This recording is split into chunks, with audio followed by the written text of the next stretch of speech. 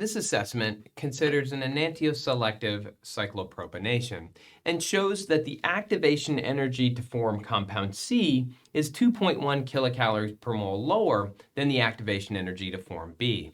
It asks us then to calculate the ratio of B to C and calculate a percent EE. Well, let's start by predicting what we expect to happen. We expect the ratio of C to B to be greater than 1. That is, we're going to have more C than B. Why? Because the activation energy is smaller.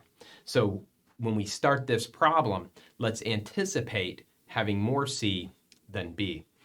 Here are the equations that we're going to use. We can go ahead and plug our numbers in. So the activation energy difference between B and C is 2.1 kilocalories. So 2.1 is going to be equal to RT. R is 0.001987 times 298. I apologize for writing small.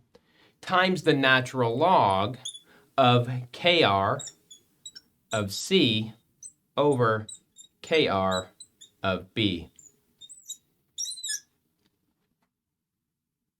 When we do that math, we get our value that the natural log of Kr of C over Kr of B is equal to 3.55.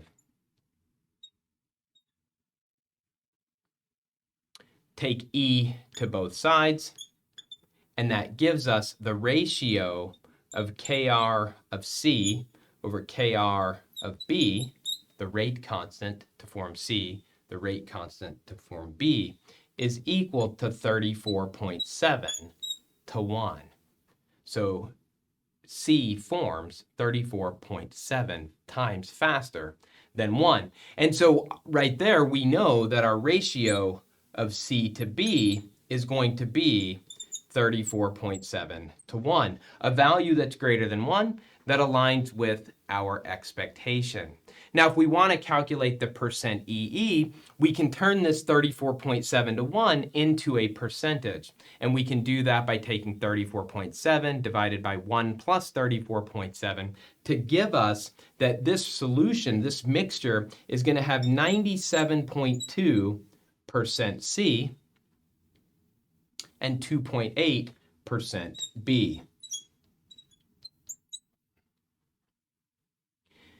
That's not our percent EE. Remember, percent EE is which percent enantiomer is in excess by how much. Well, we know that C is going to be the one in excess, but by how much is that? Well, 2.8% of the B is going to cancel out 2.8% of the C.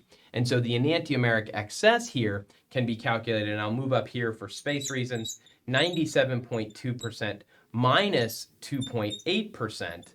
That's that 2.8% of B canceling out 2.8% of C, gives us a value of 94.4% EE, enantioenriched in C.